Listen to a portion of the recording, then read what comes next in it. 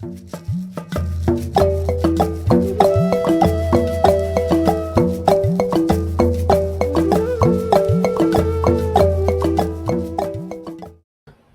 guys, so in the last video we kind of talked about the feudal system in Japan. Kind of gave you a big overview of everything and just kind of talked about each one for a little bit. And the next few videos, what we're going to do is we're going to kind of break it down just a little bit. So what I want you to take a look at right now is you can see my pyramid up here, and I've only got 4 slots. The pyramid in the picture that I provided for you on the PowerPoint has a lot more levels in that pyramid for the Japanese feudal system. And that's what the feudal system in Japan really looked like. But to kind of simplify it and make it a little bit easier for you to see and kind of understand a little bit, is I want you to remember these 4 sectors. You have your shoguns, your daimyos, your samurais, and your peasants. Those are going to be the 4 that we really focus on. Okay. Now, the first one is shogun. Okay, and so this should be a new word for you, so I've went through and I've underlined it for you.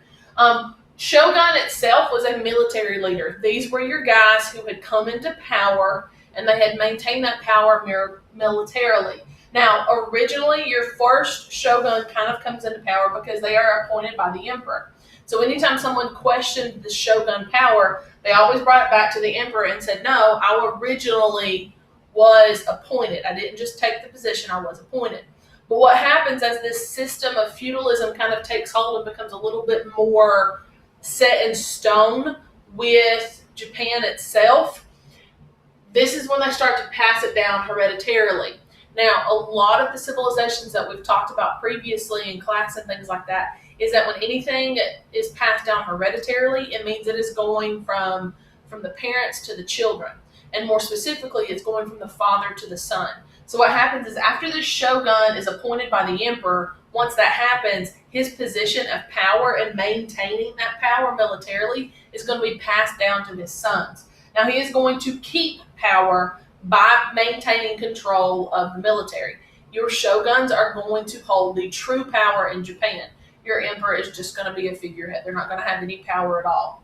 Now, they are going to force the emperor into that position, and your shoguns are really going to be in charge of the foreign policy and the military. Your shoguns are going to be the one who gets to make all the shots, really, and how the people of Japan interact with other societies and things like that.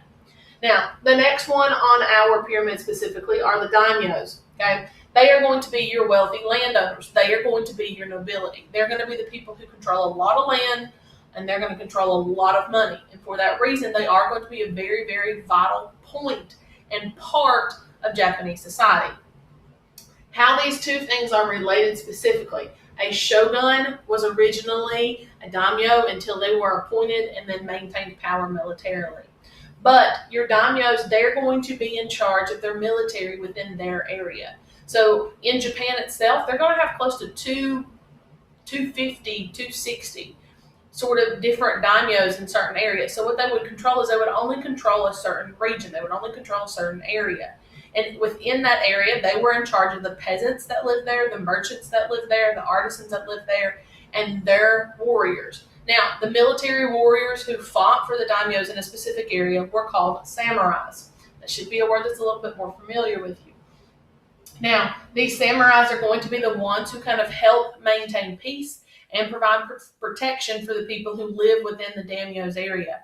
Now, when the daimyos kind of come in, when like they are maintaining their power and things like that, they're mainly going to be in charge of keeping the peace and the justice throughout their area.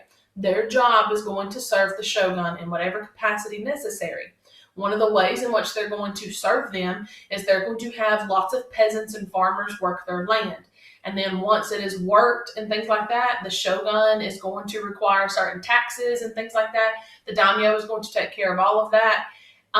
In response for giving land to the samurais and to the peasants, they're going to pay him back with food and resources. And then the samurai himself is going to be able to provide protection for the peasants and the daimyo themselves. Okay, so make sure you look over the video, check out these notes. I've provided them for you in a PowerPoint. Next week, we will kind of finish out talking about Japan a little bit. And if you have any questions, email me.